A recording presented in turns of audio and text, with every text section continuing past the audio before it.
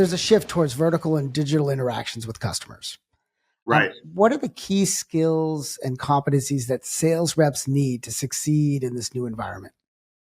Right. And so we're talking 2025, we're talking, we're post COVID, Right. we're in a world now where some of the fundamentals in selling are increasingly more important. And, this, whenever I think about selling and sales acumen and sales skills, I always think of my father, right? Because, my dad is old school. Retail furniture store, taught me how to sell in Toronto where I grew up, and taught me the basics of, how you communicate with customers, how you share a customer, kind of tell stories to customers, and how you help customers kind of realize kind of the solution that you're trying to sell them, how it's going to fit into their home. Like literally, my dad sold furniture, right? And so like we would help our customers visualize. And so when we talk about 2025, right, we need to be curious. So it's so important that we're asking questions. It's so important that we are being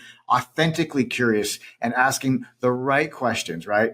It's so important that when we are engaging with prospects, that we are curious, not just about kind of them, but their industry, their competition. And so we're doing the research ahead of time. And Rajiv, of course, AI can help.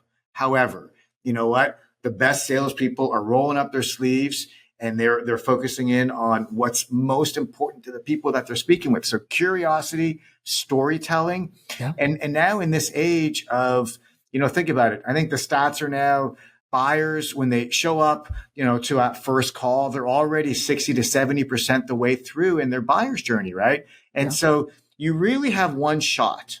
And so if I'm a salesperson, I got to make the most of that meeting. And I love this. How do you turn that meeting into momentum? And I like to believe that the pros out there, when that meeting happens, they're treating that meeting like it's the only meeting they're ever going to have with that prospect. You get one shot and you actually get 5 minutes. And in those 5 minutes, if you haven't set the agenda properly, if you haven't demonstrated, kind of that you're curious about their business, and if you're just pitching, then you know what? The customer's going to go to your competitor, right?